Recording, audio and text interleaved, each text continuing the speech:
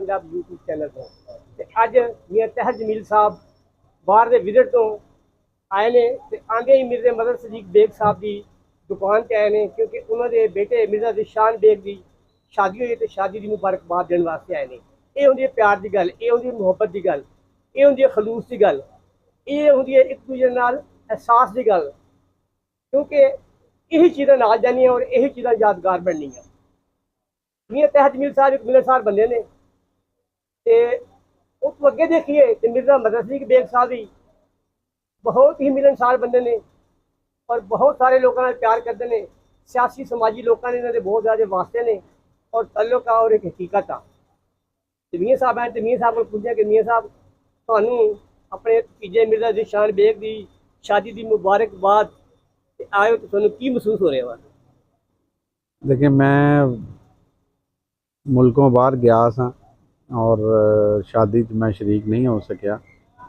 मिर्ज़ा साहब साडे पार्टी का कीमती असासा ने और मिर्ज़ा साहब के बेटे की शान की शादी सी।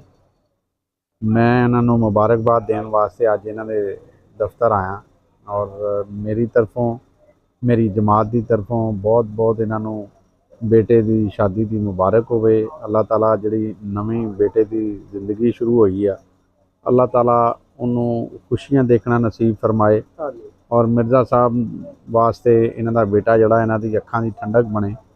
मेरी दुआ अल्लाह ताला इन्हों के घर से भी खैरो बरकत फरमाए तो कारोबार से भी खैरो बरकत अता फरमाए। तो खुशियां का वेला असी मिर्ज़ा साहब नूं मुबारकबाद देन आए हैं। मिर्ज़ा साहब नूं साडे वल्लों एक दफ़ा फिर मुबारकबाद। बहुत मेहरबानी, बहुत शुक्रिया। मैं जनाब मियाँ तहर जमील साहब का मशहूर हाँ कि मेरे दफ्तर तशरीफ लाए ने, अपना भतीजा समझ के, मैंने भरा समझ के गिफ्ट भी लियाए ने। पहले भी इन्होंने साडे नाल बड़ी मुहब्बत की है तो असीं बेलौस अलहमदुलिल्लाह मियाँ साहब नाल इंशाअल्लाह अल्लाह के फजलो करना पहले भी नाल सी, हुण भी नाल हाँ, इंशाअल्लाह कल नूं आने वाले वक्त भी नाल हाँ। तो मियाँ साहब साडे नाल भी मुहब्बत करते। मियाँ साहब हर छोटे बड़े माड़े तगड़े हर बंदे नाल मुहब्बत करते हैं। मुहब्बत का सिलसिला अल्लाह पाक इन्हां दा जारी सारी रखे। जिस तरह ये नहीं होंदी इन्हां दे बेटे माशाअल्लाह अमृतसर आफाक साहब और असद साहब साथ साहब वो भी इस तरह लोगों की इन्हां दी कमी नूं पूरा करने की कोशिश करते हैं। जिस तरह मेरे तशरीफ लाए ने आफाक साहब, इस तरह करके साथ भाई वो किसी होर दोस्त से इस तरह करके असीं देखते हैं कि फेसबुक पर भी सोशल मीडिया पर भी मियाँ साहब सारे के दुख सुख के शामिल होंगे ने।